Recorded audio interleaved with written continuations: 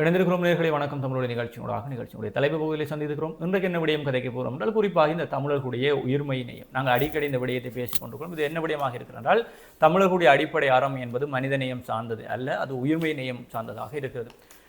வாயில்லாத பிராணிகளுக்கும் அறம் செய்தவர்களாகத்தான் தமிழர்கள் இருக்கிறார்கள். காக்கை குருவி எங்கள் யாதி, நீள் கடலும் மலையும் எங்கள் கூட்டம், நோக்க நோக்க களியாட்டம் நோக்கும் திசையெல்லாம் மற்றும் பாரதி பாடி இருப்பார். அப்ப தமிழர்களுடைய வாழ்வியல் என்பது இந்த இயற்கையோடு இணைந்ததாக, உயிர்களோடு இணைந்ததாக இருக்கிறது. அதுக்கு நாங்கள் பல்வேறு உதாரணங்களை கூறிக்கொண்டிருக்கிறோம். குறிப்பாக ஒரு பசுவிற்காக தன்னுடைய மகனை தேர்ச்சிலுக்குள்ளே போட்டு கொள்வதற்கு தயாராக இருக்கக்கூடிய எங்களுடைய மனுநீதி கண்ட சோழனாக இருக்கிறது. அதே போல ஒரு முல்லை கொடிக்காக தன்னுடைய தேரை கொடுத்திருக்கக்கூடிய பாரியாக இருக்கிறது. ஒரு புறாவிற்காக தன்னுடைய தொடைகளை வெட்டி கொடுத்திருக்கக்கூடிய சிவி சக்கரவர்த்தியாக இருக்கிறது. அப்ப இந்த சிவி சக்கரவர்த்தியினுடைய கதை அந்த இடத்திலே நாங்கள் கூறியாக வேண்டும்.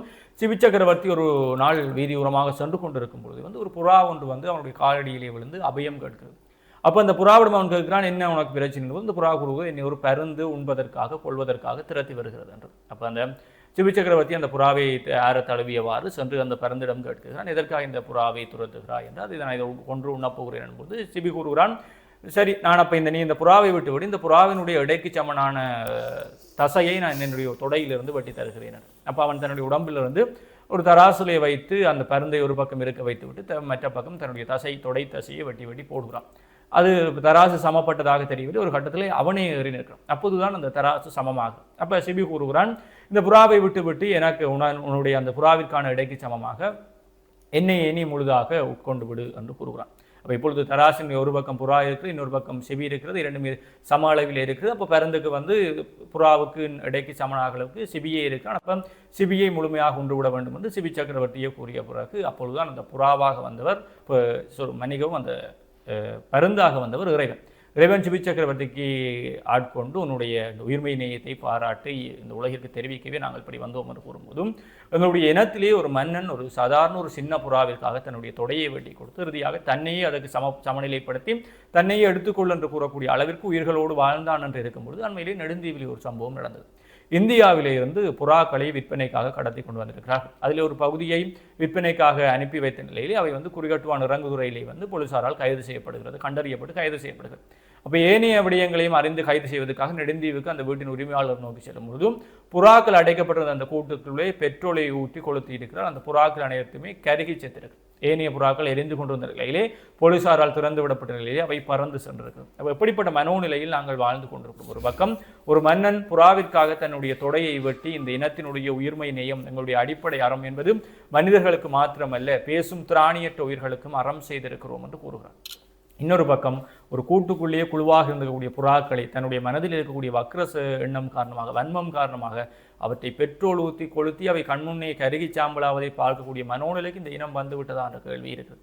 அப்போ ஒரு பானை சோற்றுக்கு ஒரு சோறு பதம். இன்றைக்கு விளம்பரி நாளிதனுடைய சங்குநாதனுடைய ஆட்சி அறிவுரை பக்கமும் இதுவாகத்தான் இருக்குது. அப்போ ஒரு பானை சோற்றுக்கு ஒரு சோறு பதம் என்பது போல ஒட்டுமொத்த தமிழினத்தினுடைய மனோநிலை இப்படி வந்து விட்டதா, இளைஞர்கள் ஒரு வக்கிரமான மனோநிலைக்கு மாறிவிட்டார்களா என்ற கேள்வி எழுது. எனவே எங்களுடைய பிள்ளைகள் மத்தியிலே நாங்கள் உயிர்களுக்கு நேயம் செய்ய வேண்டும் என்ற கொள்கையை சேர்க்கணும். உண்மையிலே கூட இந்த நாய்க்கு தூக்கு தண்டனை வழங்கிய சம்பவத்தை பார்க்கக்கூடியதாக இருந்தது. சாதாரணமாக வீட்டில் ஒரு செல்ல பிராணியை வீட்டினுடைய பிள்ளைகள் போல வளர்ப்பார்கள். நாய்க்கு அடித்தா கூட வீட்டில் இருக்கக்கூடிய சின்ன பிள்ளைகள் அப்பாவோட போய் குழம்புங்க. அப்படியான நிலைமை இருக்கக்கூடியவர்கள் மத்தியிலே இப்படியான நிலைமை வந்துவிட்டதா என்பதுதான் கேள்வியாக இருக்கிறது. எனவே இந்த இனத்தினுடைய உயரிய பண்பாடு, வரலாறுகள், வீர வரலாறுகள் எல்லாவற்றையுமே அடுத்த சந்ததிக்கு கடத்தினால் மாத்திரம்தான் இப்படியான பிறழ்வான மனநிலையிலிருந்து இந்த இனத்தினுடைய எதிர்கால சந்ததியை பாதுகாத்து கொள்ள முடியும் என்பதைத்தான் நாங்களும் கூறிக்கொள்ளக்கூடியதாக இருக்கிறது. நிச்சயமாக உண்மையிலேயே வாடிய பயிரை கண்ட போதெல்லாம் வாடினேன் என்று வள்ளலார் ஒரு வார்த்தை கூறியிருப்பார். உண்மையிலேயே இந்த மனித வாழ்க்கை என்பது மனித நேயத்துடன் கூடியது. மனிதம் என்பது வாழுதல், வாழ விடுதல் என்ற இரண்டு அடிப்படை பண்புகளோடு அமைந்திருக்க வேண்டும் என்று கூறுவார்கள். அது உலக உயிர்களிடத்திலே அனைவரிடத்திலும் அன்பு செலுத்தக்கூடியவர்களாக, அவர்களை வாழ விடக்கூடியவர்களாக நாங்கள் இருக்க வேண்டும் என்பது எங்களினுடைய மனித இயல்பினுடைய அடிப்படை பண்பாக இருக்கின்றது. அது ஐந்தறிவு மிருகங்களாக இருக்கலாம், பறவைகளாக இருக்கலாம், அல்லது எங்களோடு வாழக்கூடிய சக நண்பர்களாக இருக்கலாம், எங்களுடைய சக உறவுகளாக இருக்கலாம், அல்லது எங்களை போன்ற மனிதர்களாக இருக்கலாம். அனைவரிடத்திலுமே அன்பு, கருணை என்று இந்த மனித நேயத்துடனான ஒரு வாழ்க்கை வாழ்வதற்கான பிறவியாகத்தான் இந்த மனித பிறவியை கருதுகிறார்கள். உண்மையிலேயே இன்றைக்கு எல்லா மதங்களும் சரி, அனைத்து மதங்களிலும் சரி, அனைத்து இனங்களும் சரி, எல்லாவற்றுக்குமான அடிப்படை சாரமாக இருப்பது இந்த மனித நேய பண்பாகத்தான் இருக்கிறது. இன்றைக்கு இந்த சமூக வலைத்தளங்கள் சரி, அல்லது இந்த பத்திரிகைகள் சரி, தினமும் ஒவ்வொரு செய்திகளுமே ஒவ்வொரு பண்பினை கொண்டதாக இருக்கிறது. இன்றைக்கு கூட ஒரு செய்தியை பார்த்திருந்தோம். இந்த பிரிட்டனில் இருக்கக்கூடிய இலங்கையர் ஒருவர் தனது மனைவியை வெட்டி கொலை செய்து விட்டார் என்று. ஒரு பக்கம் 5 அறிவு ஜீவன்களுக்கு கூட நாங்கள் மனித நேயத்தை காட்ட வேண்டும், அன்பு பாராட்ட வேண்டும் என்று சொல்லி வந்த பரம்பரையில் இருந்து வளர்ந்திருக்கக்கூடிய நாங்கள் இன்றைக்கு தன்னோடு வாழ்ந்திருக்கக்கூடிய மனைவியையோ கணவனையோ அடித்து கொள்ளக்கூடிய அல்லது வெட்டி கொலை செய்யக்கூடிய மாற்று மனது ஒன்று வந்திருக்கிறது என்று சொன்னால் இந்த கால மாற்றமா அல்லது என்ன காரணம் என்று சிந்திக்க வேண்டிய நிலைமையிலேயே நாங்கள் இருக்கிறோம். உண்மையிலேயே சின்ன வயசுல எல்லாம் எங்களோட அம்மாவோ அப்பாவோ வாங்கி தந்த பொம்மைக்கு கையுடைஞ்சிருந்தாலோ அல்லது காலுடைஞ்சிருந்தாலோ, சில வேளை நாங்கள் தலைமுடி இழுக்கேக்க அந்த தலைமுடியில் இருக்கக்கூடிய 4 தலைமுடி பிஞ்சு வந்திருந்தாலோ, ஒரு கிழமைக்கு இருந்து என் பொம்மை பிஞ்சிட்டுதுன்னு சொல்லி அழக்கூடிய இருந்த மனநிலை தான் இன்றைக்கு ஒரு வீதியில நடந்திருக்கக்கூடிய ஆக்சிடென்ட்டை பார்த்தாலோ, அல்லது ஏதாவது ஒருவர் ஒரு பிரச்சனையில் அங்க துன்பப்பட்டு கொண்டு இருக்கிறத பார்த்தாலோ, இல்ல ஒருவர் நடு ரோட்டில் ஒரு ஆளை வெட்டி கொலை செய்ய பார்த்து கொண்டிருந்தாலோ, இல்ல அண்மையில ஹரி குறிப்பிட்டிருந்தது போல நெடுந்தீவில் இப்படி புறாக்களை எரித்திருக்கக்கூடிய இந்த மனநிலையுடைய மனிதர்கள் இருக்கிறார்கள் என்ற நிலைமையெல்லாம் வந்திருக்கிறது என்று சொன்னால், இந்த மனநிலை மாற்றம் என்பது கால ஓட்டத்தில் ஏற்பட்டதா அல்லது இந்த பொதுநலங்கள் குறைந்து இன்றைக்கு சுயநலமாகிவிட்டதா என்பதை நாங்கள் சிந்திக்க வேண்டிய கடப்பாட்டிலே இருக்கிறோம். உண்மையிலே இந்த புறாக்களை எரித்திருப்பது என்பது சில பேருக்கு சிறிய விடயமாக இருக்கலாம். ஒரு 50 புறாக்களை போலீசார் கைது செய்ய வருகிறார்கள் என்று சொன்னால் அந்த இடத்திலே அவற்றை பெட்ரோல் ஊற்றி கொலை செய்வதற்கு மனநிலை வருகிறது என்று சொன்னால், எங்களினுடைய மனநிலையினுடைய இறுக்கம் அல்லது மனித நேயத்தினுடைய இறப்பு அங்கே தோன்றிவிட்டது என்பதை தான் கூறக்கூடியதாக இருக்கிறது. உண்மையிலேயே இன்றைக்கு இந்த பிரச்சனைகள் பல்வேறு விதமாக பெருகி கொண்டிருக்கிறது. அனைத்துக்குமே ஒரு அடிப்படையான ஒரு காரணத்தை தேட போனோம். ஆனால் அனைத்து பிரச்சனைகளுக்குமே அது கொலையா இருக்கலாம், கொள்ளையா இருக்கலாம், களவா இருக்கலாம், எந்த பிரச்சனைகளாக இருக்கலாம், அல்லது ரோட்டில் போற இடத்துல நாங்கள் ஒரு நாயை ஆக்சிடென்ட் பண்ணிட்டோம்னு சொன்னா, சிலவேளை அந்த நாய் சாகாம இருந்தா அந்த நாயை கண்டுகொள்ளாம அந்த இடத்துலயே விட்டுட்டு நாங்கள் போறோம்னு சொன்னா, இப்படி அனைத்து பிரச்சனைகளுக்குமே காரணமாக இருக்கிறது இந்த மனித நேயத்தினுடைய மறப்பு அல்லது இந்த மனநிலையினுடைய மாற்றங்கள். இந்த சின்ன வயசுல எல்லாம் எல்லாரும் பள்ளிக்கூடம் போவேக்கல ஆரம்பத்துல டீச்சர் கேட்டா எல்லாரும் சொல்லியிருப்போம் டாக்டர் ஆக போறோம், டாக்டர் ஆகி எல்லாரையும் ஊரை காப்பாத்துறது தான் என்னுடைய வாழ்க்கையினுடைய லட்சியம். இது எல்லாருமே பொதுவாக சொல்லக்கூடிய வாழ்க்கையினுடைய லட்சியமாக இருந்திருக்கும். நானும் அவ்வாறு தான் சிறு வயதில் கூறிக்கொண்டிருந்திருக்கிறேன். ஆரம்ப காலத்தில் இவ்வாறு ஒரு பொது நலமாக ஒரு வெள்ளை அங்கி உடுத்து உயிரை காக்க வேண்டும் என்று இருந்த அந்த மனநிலை தான் பின்னர் காலம் செல்ல செல்ல செல்ல செல்ல இந்த சுயநலங்கள் பெருகி, எனக்கு ஒரு வீடு வாங்கணும், எனக்கு ஒரு கார் வாங்கணும், அதுல இந்த அம்மாவை நல்லா ராணி மாதிரி இருக்கணும், நல்ல ஒரு பிள்ளையா பார்த்து கல்யாணம் செய்யணும், அல்ல ஒரு நல்ல பையனா பார்த்து கல்யாணம் செய்யணும்னு சொல்லி இந்த மனநிலை மாற்றங்கள் இன்றைக்கு ஏற்படக்கூடியதாக இருக்கிறது. முடிந்தவரை எங்களிடம் இருக்கக்கூடிய உறவுகளிடம் சரி, அல்லது நாங்கள் வளர்க்கக்கூடிய செல்ல பிராணிகளிடம் சரி, அல்லது எங்களினுடைய இயற்கையின் மீது சரி, காதல் செய்வோம் அல்லது அன்பு செலுத்துவோம். இந்த காதல் தான் உலக வாழ்க்கையிலே நாங்கள் செய்யக்கூடிய இந்த அன்பும் காதலும் தான் எங்களை இந்த உலகத்தோடு இணைத்து வைத்திருக்கும் மனித நேயமும் வளர்க்கக்கூடியதாக இருக்கக்கூடிய அந்த அடிப்படை பண்பு இந்த காதலும் அன்பும் தான் என்பதை கூறக்கூடியதாக இருக்கும். நிச்சயமாக. அப்ப இந்த உயிர்மை நேயம் என்று நாங்கள் வரும்பொழுது கூறியது போலவே பல்வேறு விடயங்கள் எங்களுடைய சமுதாயத்தில் நடைபெற்றது. இன்னொரு பக்கம் இந்த நாய்களுக்கு கூட சரணாலயம் அமைத்திருக்கிறோம். சிலர் நாய்களை தங்களுடைய வீடுகளிலே நாய்களை எல்லாம் எடுத்து கூடுகள் அமைத்து வளர்த்து கொண்டிருக்கிறார்கள். அப்படி பல்வேறு விடயம். அண்மையை கூட ஒரு ஒருங்கிணைப்பு குழு கூட்டத்திலையும் இந்த பிரச்சனை பெரிய பேசுபொருளாக்கி, ஒரு பிரதேச சபை செய்ய வேண்டிய விடயத்தை நான் தனியாக வீட்டிலே செய்கிறேன், ஏன் என்னை எதிர்க்கிறீர்கள்? அப்போ ஒரு பக்கம் ஒரு சாரார் இந்த சூழல் நேயம், மனித நேயம் தாண்டி இயற்கை நேயம் அல்லது உயிர்மை நேயத்தோடு வாழ்ந்து கொண்டுதான், இன்னொரு பக்கம் இளைஞர்கள் மத்தியிலே இந்த விடயங்கள் இருக்கிறதா அந்த கேள்வியும் எழத்தான் செய்கிறது.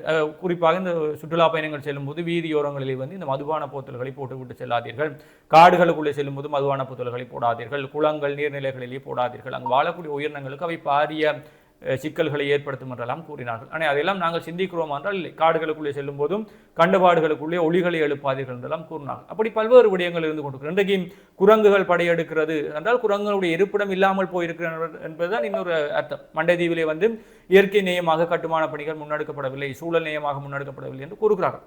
இன்றைக்கு நாட்டுக்குள்ளே அல்லது எங்களுடைய நகரப்பகுதிகளுக்குள்ளே வீடுகளுக்குள்ளே குரங்குகள் வந்து அட்டகாசம் செய்கிறது என்றால் குரங்கினுடைய இருப்பிடத்தை யார் கொள்ளையடித்தார்கள் என்ற கேள்வி ஒன்று இருக்குது. இன்றைக்கு மயில்களுடைய எண்ணிக்கை உலகளவிய ரீதியில் பாரியளவு அதிகரித்துக் கொண்டிருக்கிறது என்றால் மயில்கள் நகரப்புறங்களுக்கு வந்து கொண்டிருக்கிற ஒரு காலத்தில் இந்த மனிதர்களை கண்டால் மயில்கள் பறந்துவிடும். நாங்கள் ஒரு மயிலை பார்க்க வேண்டுமென்றா மறைஞ்சிருந்து பார்ப்போம். ஆனால் இன்றைக்கு மயில்கள் எங்களோடு நகரப்பகுதிகளிலே உலாவக்கூடிய அளவுக்கு வந்துவிட்டது என்றால் காடுகளுக்கு வாழ்ந்திருக்கக்கூடிய மயில்களுடைய இருப்பிடங்கள் அளிக்கப்பட்டிருக்கிறது, அது இங்கே நோக்கி வந்திருக்கிறது என்பதுதான் இன்னொரு பக்கமாக இருக்கு.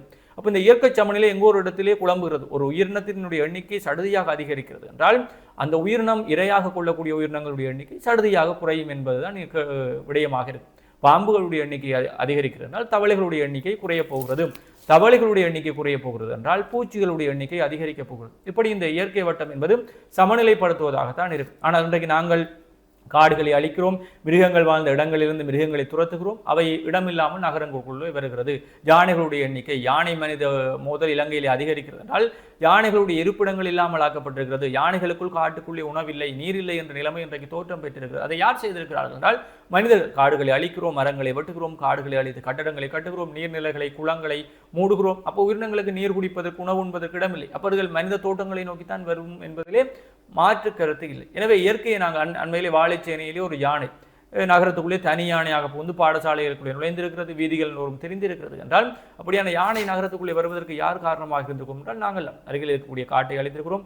யானை தங்கக்கூடிய, யானை வந்து போகக்கூடிய, உணவுண்ணக்கூடிய இடங்களை இல்லாமல் ஆக்கியிருக்கும். யானை பேர் அப்போ இயற்கையோடு வாழ்ந்த தமிழர்கள் இன்றைக்கு இயற்கைக்கு எதிராக மாறுகிறார்கள் என்பது மிகப்பெரிய மனக்கவலையான விடயம் என்பது இந்த சமுதாயம் உணர்ந்துதான் ஆக வேண்டும். அதற்கு இந்த நெடுந்தீவு விடயம் மிகப்பெரிய, அது வாசிக்கும் போது எங்களுக்கு மனக்கவலையாக இருந்தது. ஒரு புறாவை ஒரு வீட்டிலே வளர்க்கக்கூடிய ஒரு பிராணி இறந்தாலே எங்களுக்கு அது எத்தனையோ நாட்களுக்கு மிகப்பெரிய தாக்கம் செலுத்தும். எனவே ஒரு பணத்திற்காக சாதாரணமாக கண்முன்னே பூண்டோடு ஒரு பெரிய தொகை புறா கூட்டத்தை எரித்து சாம்பலாக்குவது என்பது உங்களுடைய மனோநிலை எப்படி வக்ர புத்தியாக மாறியிருக்கு. எப்படி உயிர்களை எப்படி கொள்ளக்கூடியவர்களுக்கெல்லாம் மனித உயிர்கள் சாதாரணமாக மலினப்படுத்திவிடும் என்பதுதான் கவலையாக இருக்கிறது. எனவே அடுத்த சந்ததி இந்த விடயங்களை அறிந்து கொள்ளாமல் இருப்பதுதான் நல்லம்.